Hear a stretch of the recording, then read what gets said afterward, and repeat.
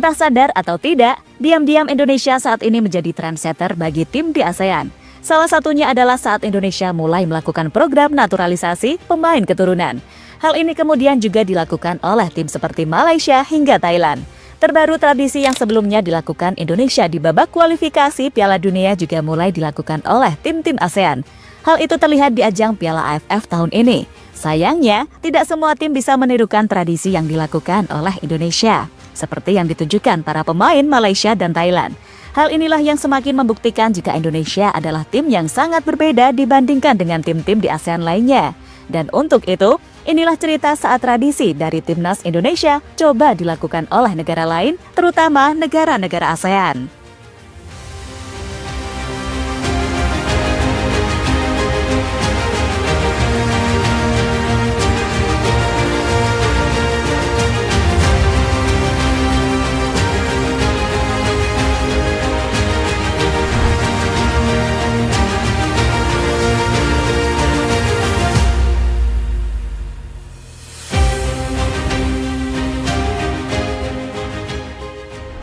Ya, sebagai pecinta Timnas Indonesia, kalian pasti tahu dengan tradisi yang biasanya dilakukan oleh para pemain setelah pertandingan selesai. Tradisi itu adalah menyanyikan lagu Tanah Airku bersama dengan para supporter.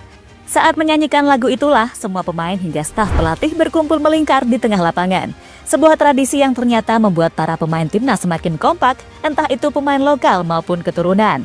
Dan itu selalu dilakukan entah saat Indonesia meraih kemenangan maupun kekalahan. Usai menyanyikan lagu Tanah Airku, para pemain kemudian berjalan mengelilingi stadion untuk memberikan apresiasi serta rasa terima kasih kepada para supporter.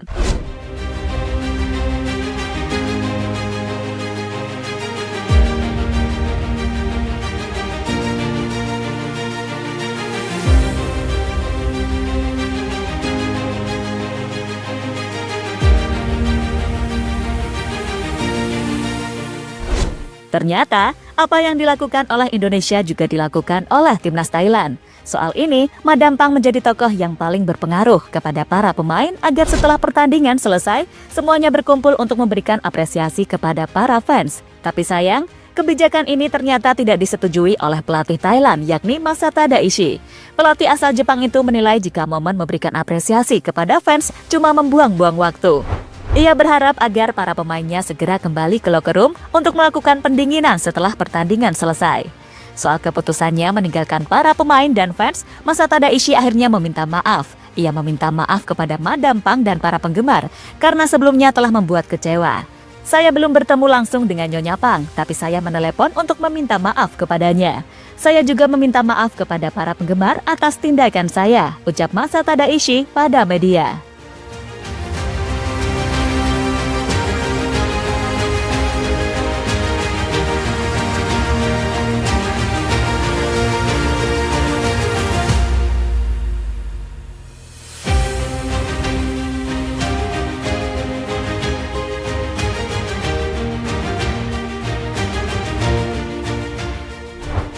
Tradisi Indonesia coba ditirukan Timnas Malaysia. Selain Thailand, hal yang sama ternyata juga dilakukan oleh para pemain Timnas Malaysia. Setelah laga melawan Thailand berakhir, para pemain Malaysia kemudian berkumpul untuk menemui fans yang away ke Raja Manggala. Fans negeri jiran kemudian bernyanyi bersama-sama di tribun stadion. Tapi sayangnya, hal itu tidak diikuti oleh para pemain Malaysia. Mereka cuma berdiri, saling menyebar dan tidak berbaris seperti yang biasa dilakukan oleh pemain Indonesia. Mungkin para pemain Malaysia masih kebingungan, terutama pemain naturalisasi mereka yang belum terbiasa melakukan ritual tersebut.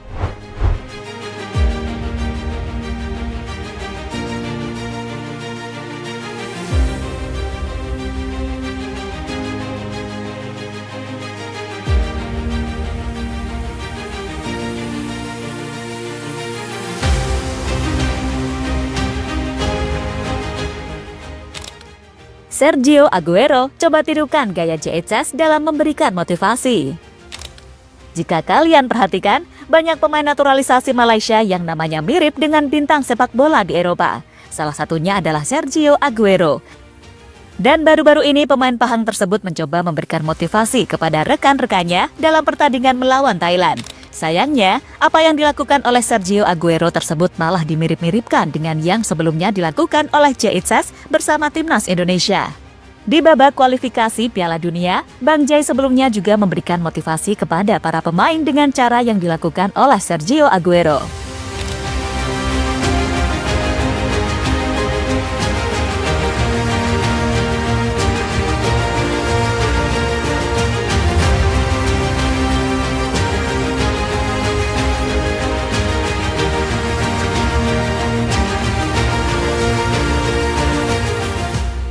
Pandit Malaysia bandingkan naturalisasi Indonesia dengan Malaysia. Jujur saja, jika melihat para pemain naturalisasi Malaysia, tampaknya belum ada kekompakan di dalamnya. Sesuatu yang sangat wajar karena mayoritas pemain naturalisasi Malaysia adalah pemain yang bermain di MSL tanpa memiliki darah Malaysia sama sekali. Berbeda dengan Indonesia yang hampir semua pemainnya memiliki darah Indonesia. Soal ini ternyata sangat berpengaruh dalam hal nasionalisme. Berhubung memiliki darah Indonesia, para pemain keturunan timnas akhirnya mau belajar dan menghafalkan lagu kebangsaan Indonesia, yakni Indonesia Raya. Sementara para pemain naturalisasi Malaysia biasanya hanya diam waktu lagu kebangsaan Malaysia dikumandangkan. Hal inilah yang akhirnya menimbulkan kritik dari pengamat sepak bola Malaysia. Mereka membandingkan pemain naturalisasi Indonesia dengan naturalisasi yang ada di negaranya.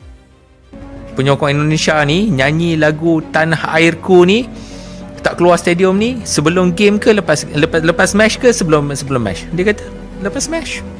Masih lagi 80,000 tetap berganjak nyanyi lagu Tanah Airku kerana diorang setuju dengan proses kenegaraan tu. Ini kita jangan salahkan player tu.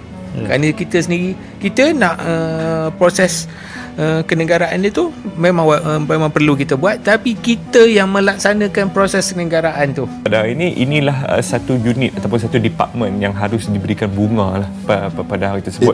Tak mudah. Aku tengok GBK Gelora Bung Karno was bouncing from the first minute. Daripada nyanyian lagu Indonesia Raya. Indonesia Raya. Aku tengok muka pemain-pemain Australia dah blank kejap bila Indonesia Raya dimainkan.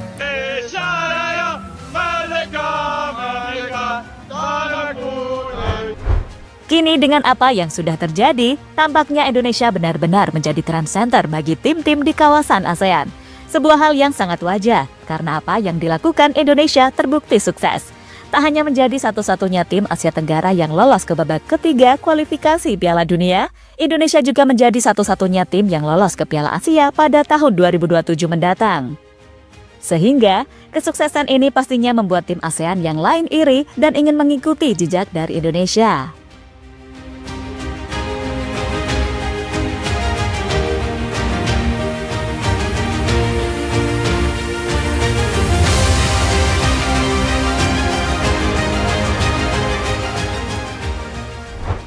Di sisi lain, kembali membahas Piala AFF.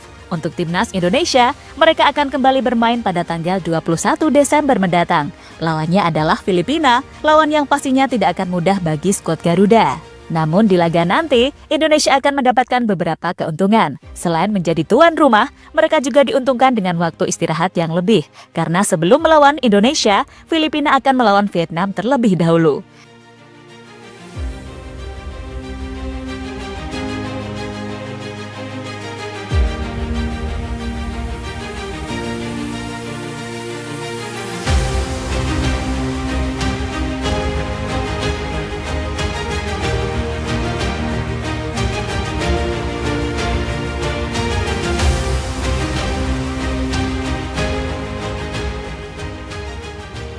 Jadi itulah saat tim-tim di ASEAN mulai menirukan beberapa tradisi yang selama ini telah dilakukan oleh timnas Indonesia.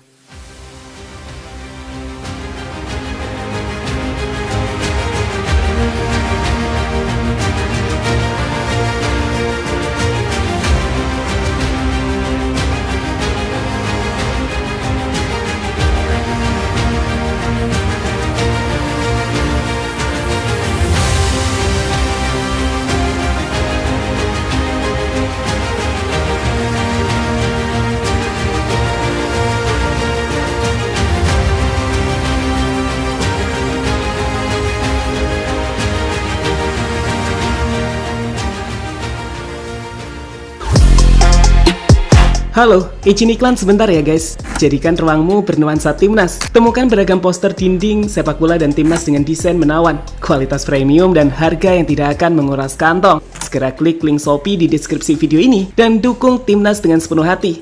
Mulai dari dinding rumahmu.